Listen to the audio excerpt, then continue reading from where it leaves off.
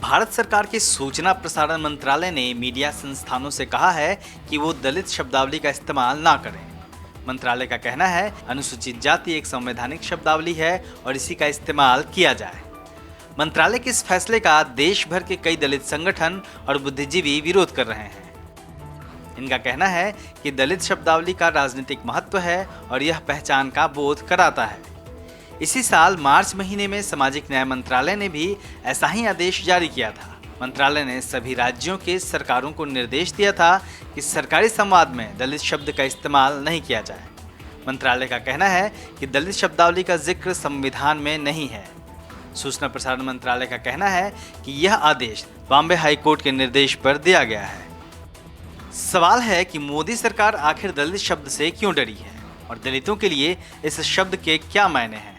दलित वो लोग हैं जो भारतीय संविधान में प्रदत्त जो मूल्य हैं, समता, स्वतंत्रता, बंधुत्व और सामाजिक न्याय, ऐसे मूल्यों के आधार पर प्रजातांत्रिक प्रणाली में जो प्रतिनिधित्वकारी प्रजातंत्र है, जनतंत्र है,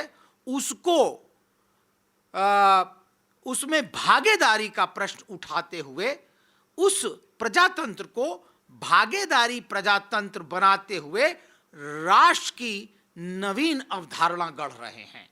अर्थात वह चाहते हैं कि राष्ट्र निर्माण जो हो वह समता, स्वतंत्रता, बंधुत्व और सामाजिक न्याय पर आधारित हो। हालांकि सरकार के इस निर्देश पर केंद्र की एनडीए सरकार में ही मतभेद हो गया है। आरपीआई के नेता और मोदी कैबिनेट में सामाजिक न्याय राज्य मंत्री रामदास अठावले ने सरकार के इस फैसले से नाखुशी जाहिर की है। अठावले का कहना है कि दलित शब्दावली गर्व से जुड़ी रही है, तो उदित राज ने भी सरकार के फैसले का विरोध किया है। उदित राज कहते हैं कि दलित शब्द इस्तेमाल होना चाहिए क्योंकि ये देश विदेश में प्रयोग में आ चुका है। सारे डॉक्यूमेंट्स, लिखने पढ़ने और किताबों में भी प्रयोग में आ चुका है। ये शब्द संघर्ष और एकता का प्रतीक बन गया है और जब यही सच्चाई है तो ये शब्द रहना चाहिए। दलित शब्द का प्रयोग महज राजनीति तक ही सीमित नहीं है, बल्कि साहित्य में भी यह व्यापक तौर पर प्रचलित शब्द है।